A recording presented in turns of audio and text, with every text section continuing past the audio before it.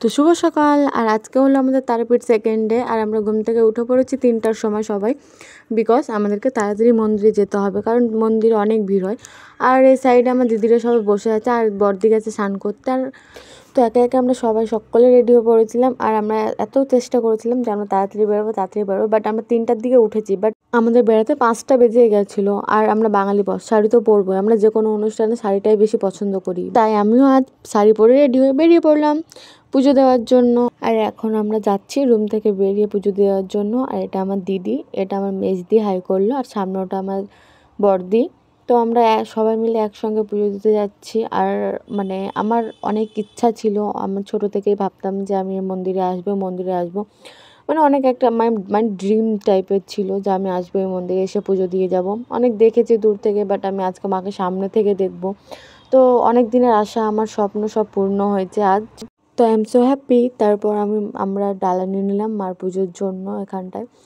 আর তারপর রওনা দিলাম আমরা মন্দিরে যাওয়ার জন্য। আর টুকুস করে হাঁটতে ফাইনালি আমরা পৌঁছে গেছি। আর ওই যে সামনে দেখছো তোমরা, ওটাই হলো মার মন্দির। আর এখানে এত ভিড় কী বলবো। আমরা এই সামনে লাইনে দাঁড়িয়েছিলাম, আমাদের পুরো ঘুরে যেতে হয়েছে আর কি। তোমরা সামনে দেখতেই পাচ্ছ লাইন লেগে আছে সব। তো আমরাও এখান থেকে ওই সামনে যাব।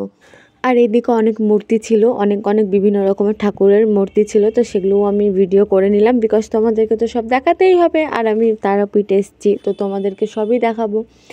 কিন্তু ভিতরে আমি তারা মায়ের ফটো ক্লিক করতে পারবো না, আর কোনো ভিডিও দিতে পারবো না, কারণ ওখানটায় ক্যামেরা নিয়ে যেতে দিবে না। আর যদিও আমি ওখানটায় কোনো রকমের ক্যামেরা নিয়ে যাই, তাহলে পুলিশ কাকু ধরে আমাকে ঠ্যাঙাবে, ওখানে পুলিশ কাকু আছে। তো ফাইনালি আমাদের ভেতরে পুজো কমপ্লিট করে বাইরের দিকে চলে আসলাম। আর এখানটায় ধাগা সবাই বাঁধছিল, তো আমিও ধাগা বেঁধে দিয়েছিলাম। আর মার কাছে আমার নিজের মতো চেয়ে নিয়েছিলাম।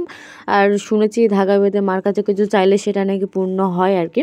তো আমি তো সেটা করে নিয়েছিলাম, বাট আমি ভিডিও করতে ভুলে গেছিলাম। আর এখানে আমাকে দিদি কিছু বলছিল, যেটা আমি বুঝতে পারছি না এখন। তারপর আমি ধূপকাঠি দেখে ওই ধূপকাঠিটা ওখানটায় রেখে দিলাম। আর আজকে আমার একটা অনেক দিনের স্বপ্ন পূরণ হলো মাকে দর্শন করে। আর তোমরাও যারা আছো যে তারাপীঠে আসার অনেক ইচ্ছা, মাকে দেখার ইচ্ছা, মার দর্শন নেওয়ার ইচ্ছা, তো তারা তাড়াতাড়ি চলে এসো, পুজো দিয়ে যাও। তো আজকের ভিডিও আমার এইটুকুটাই, দেখা হবে নেক্সট ভিডিওতে। আর আমার ভিডিওটা সবাই লাইক কমেন্ট করে দিও, আর আমার চ্যানেলটা সবাই সাবস্ক্রাইব করে নিও একটু। তো টাটা, দেখা হবে নেক্সট ব্লগে।